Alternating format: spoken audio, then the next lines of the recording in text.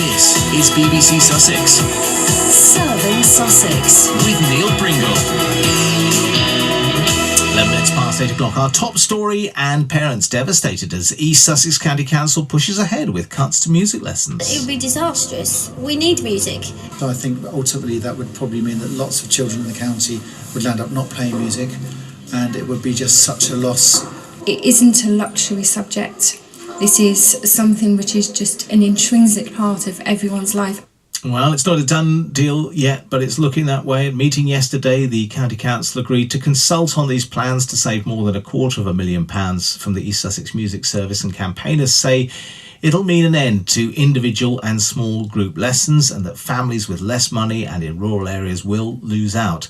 Earlier, I spoke to Jane Humberston, who is from the National Education Union, on their rep on the East Sussex Music Service. I was really disappointed that Councillor Standley didn't take advice from the other councillors to explore these options before the full council debate that we've now triggered with the petition, because after that we could find a solution before we go to consultation, which could cost, I don't know, the library consultation cost about £27,000, I think.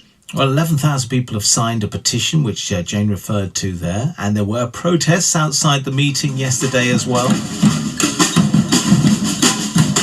Council say their hands are tied, though. Cuts in government and arts funding must be passed on, and we'll speak to them very shortly. But here's two parents who say the service is valuable. Amanda Griffiths from St Leonard's has a son and daughter who's benefited from the service. She's just passed her grade 2, which is a real achievement. She's a shy girl, she's intelligent, her listening skills and her confidence has changed. She's had some difficulties at school, and this has really changed her life and my son's life. He sees this as a really important part of his life, and to destroy this now, it will be so upsetting for him and my daughter, who they both feel that music is really their life. It's their lifeline. And earlier on this show, we were speaking to Mum Katie Boleski from Robertsbridge. Hugely important. I mean, I just couldn't tell you, the masses of difference that it's made to my two children, really, in terms of friendships, in terms of confidence, in terms of listening skills, all of those different things. It's just endless, the importance. It's fantastic for them. Well, we're pleased to say that we've got Conservative Councillor Bob Standley, who's the member responsible for education on East Sussex County Council, on the line. Hello, Bob. Good morning, Neil.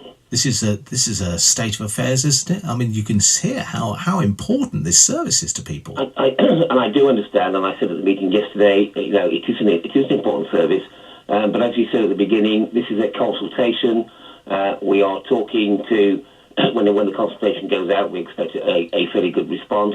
And even in the last week, since the report was published, I've been contacted by 3 organisations who wish to talk to us to see whether they could help us provide the service. So it's not a done deal, and we're very open to hearing other people's ideas. Yeah, but no one's going to do the service for free, are they? No one's going to. So if they can make it pay, well, why can't you?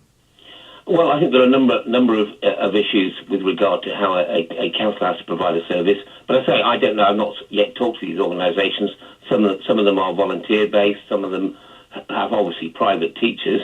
And we need to look and talk to them and see whether they can give a service that is cheaper than we can do. But okay, we're very open to hearing what they can offer. But what are you going to say to the person who can't afford private lessons, and this was a lifeline and it's transformed their children? What do you say to them? Well, if as part of the programme we have said we will look at a bursary scheme for those kind of less well-off families. But I do appreciate how valuable the service is, but equally, and as you know from other conversations we've had, we have the challenge of saving another 30 million over the next 2 years, and these are really difficult decisions. So this is a nice to have. This is a nice to have which can be cut. Yeah, that sounds very hard. It's not a statutory service, but then lots of the non-statutory services are very valuable. We just need to look at every way we can of providing services in a different way. And if this is one that we can do in a different way, then that surely is the right way to go.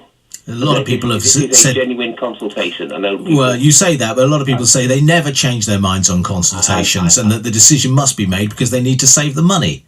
I do understand that when people are cynical about consultations, but I can assure you we are definitely listening.